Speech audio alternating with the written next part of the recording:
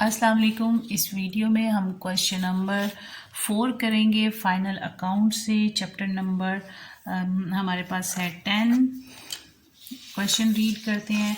From the given information prepare the profit and loss account of Sadiq and company for the year ending 31/12/2015।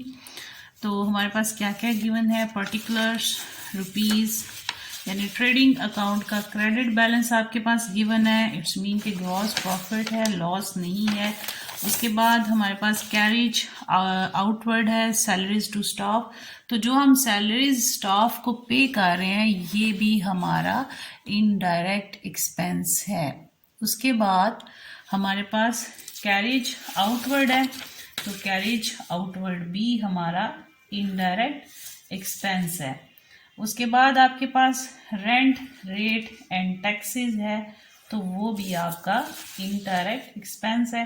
क्योंकि ये चीज़ें जो हैं आपकी सेल्स से रिलेटेड हैं, ये आपकी मैन्युफैक्चरिंग से रिलेटेड नहीं है, इसलिए हमारी ये इनडायरेक्ट एक्सपेंस है। जो चीज़ें मैन्युफैक्चरिंग से रिलेटेड होंगी वो हमारी डायरेक्ट एक्सपेंस होंगी।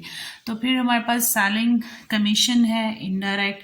जर्नल एक्सपेंसेस इनडायरेक्ट एक्सपेंस हैं। बैड डेट्स इनडायरेक्ट एक्सपेंस हैं, क्योंकि ये हमारे डेटर से रिलेटेड है। वो कर्जा जात जो रिकवर होने मुश्किल होते हैं या रिकवर नहीं हो सकते, हम उन्हें हम जो है ये बैड डेट्स कहते हैं और इन्हें हम अपना एक्सपेंस कंसीडर करते हैं। तो इनडायरेक्ट एक्सपेंस ये हमारे सेल्स के बाद होते हैं, मैन्युफैक्चरिंग से रिलेटेड नहीं है। डेप्रिसिएशन है, ये हमारी फिक्स्ड एसेट्स से रिलेटेड है कि जब उसकी यूज़ होने की वजह से, पूरा साल यूज़ होने की वजह से एफिशिएंसी कम हो जाती है, काम करने की सलाहियत कम हो जाती है, तो हम उन्हें डेप्रिशिएट करते हैं। तो ये हम अपना इनडायरेक्ट एक्सपेंस कंसीडर करते हैं। फिर इंटरेस्ट रिसीव्ड है, तो ये आपका रेवेन्यू है।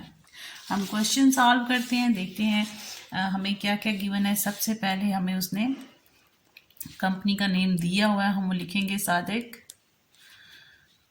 And company profit and loss account for the year ended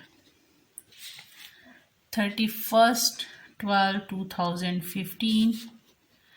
detail rupees ये आपकी डेबिट साइड है, ये आपकी क्रेडिट साइड है। तो आपको सबसे पहले ट्रेडिंग अकाउंट का credit balance, it's mean that is gross profit.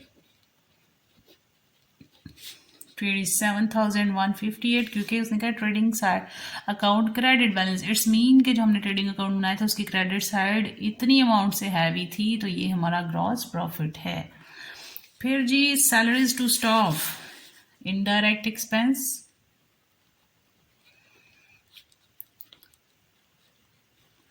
वो हम लिखेंगे कितना है 9,580, ठीक है। उसके बाद कैरेज आउटवर्ड वो भी लिख लेंगे,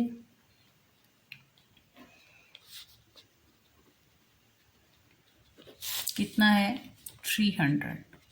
फिर है रेंट रेट एंड टैक्सेस,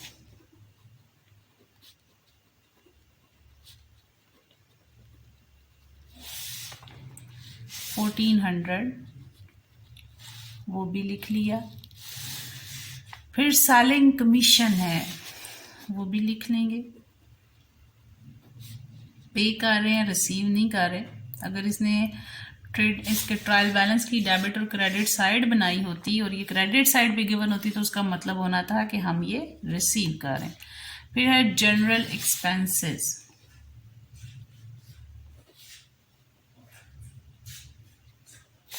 कितने हैं 1,920। फिर आपके पास बैड डेट्स हैं,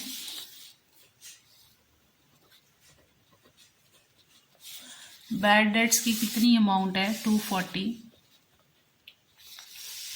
फिर डेप्रिसिएशन 50 इनडायरेक्ट एक्सपेंस। फिर आपके पास इंटरेस्ट रिसीव्ड इनडायरेक्ट रेवेन्यू, तो हम उसे क्रेडिट साइड पे लिखेंगे।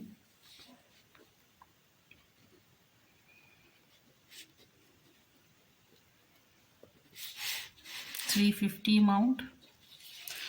अब हम इसकी दोनों साइड का टोटल करते हैं, देखते हैं कौन सी साइड हैवी है।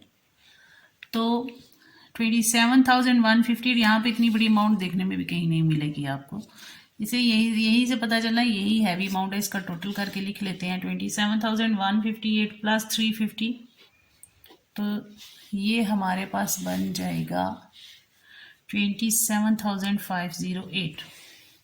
उसमें से ये सारे एक्सपेंसेस 1 बाय 1 लेस करेंगे। 9580, 300, 1400, 268, 1920, 240 और 50, तो ये हमारे पास नेट प्रॉफिट आता है 13,750।